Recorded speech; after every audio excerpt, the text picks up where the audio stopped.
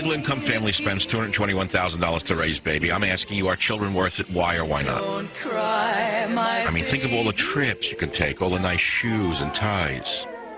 Think of all the fun you could have going to resorts. Think of all the meals you could have instead of children. I mean, are they worth it? You don't need them to pick the corn crop. What do you need them for? Why do you have children? What's the purpose of it? I mean, I'll give you, my personal opinion is yes, it's worth it. That without children, there's no reason to live, to be honest with you. I mean, to me, that's the whole continuum. And I suppose that grandchildren would be wonderful. I don't have grandchildren. I hope I do one day, but the fact of the matter is that's the whole chain. It's an inherent, encoded desire in mankind. I don't care what the race is. I don't care what the culture is.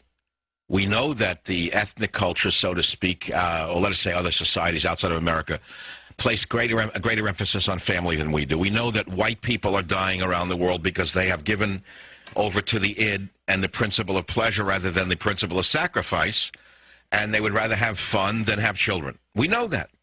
We know that the birth rates in most Western European nations are unsupportable. They're negative ones. And that the immigrants are going to take over Europe. Within 50 years, there will be Europe will be Muslim. As certainly England. England is not reproducing. They're too busy getting drunk, puking, and having orgasms or looking for one. England is dead.